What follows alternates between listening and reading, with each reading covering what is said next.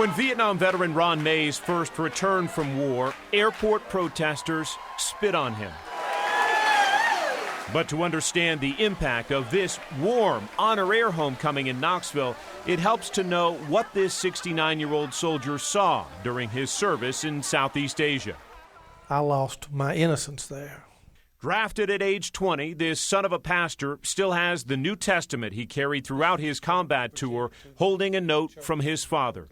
And he wrote on here, "May God's all-seeing eye watch over you, and his great arm of love protect you." On his first patrol, Mays found the keepsake of a dead enemy soldier that he says made the war real. But that wallet had a picture of him, a man and a woman and 2 children. And the thought crossed my mind, he's just like I am. He's got a family. It's one thing to shoot a man out in front of you. It's something else to take his life when you smell the warmth of his blood and look in his eye. And I've done that.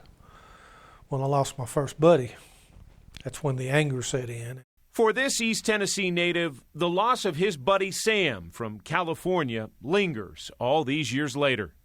He was carefree, he was a surfer, bronzed, muscular, and he gave his life for our country. Several others, but that one stands out to me because I physically carried him myself to a waiting helicopter.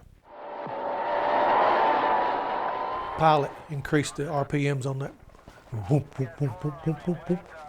I can hear it now. And when he did, that wind blew that poncho liner off of Sam's face. I can see him as clear as I can see you right now. He was much different than me, but he was my friend. Sam was one of 295 troops killed or wounded in that battle. Ron Mays was one of 19 still standing. My injuries are inside. And while he shared combat with thousands of soldiers, one of his war duties was like few others.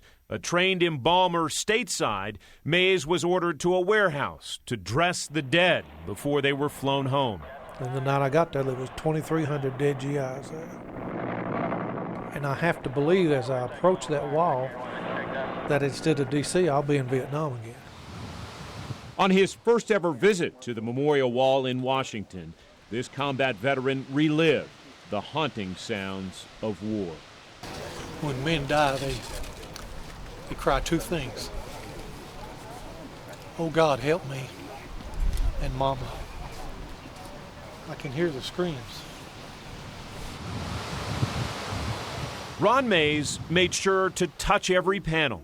The Black Stone holds the names of more than 58,000 American troops killed in action in Vietnam. Something that I'll never forget, I'll take to my grave. Touching names of men I did not know, but who I admired and who were brothers to me.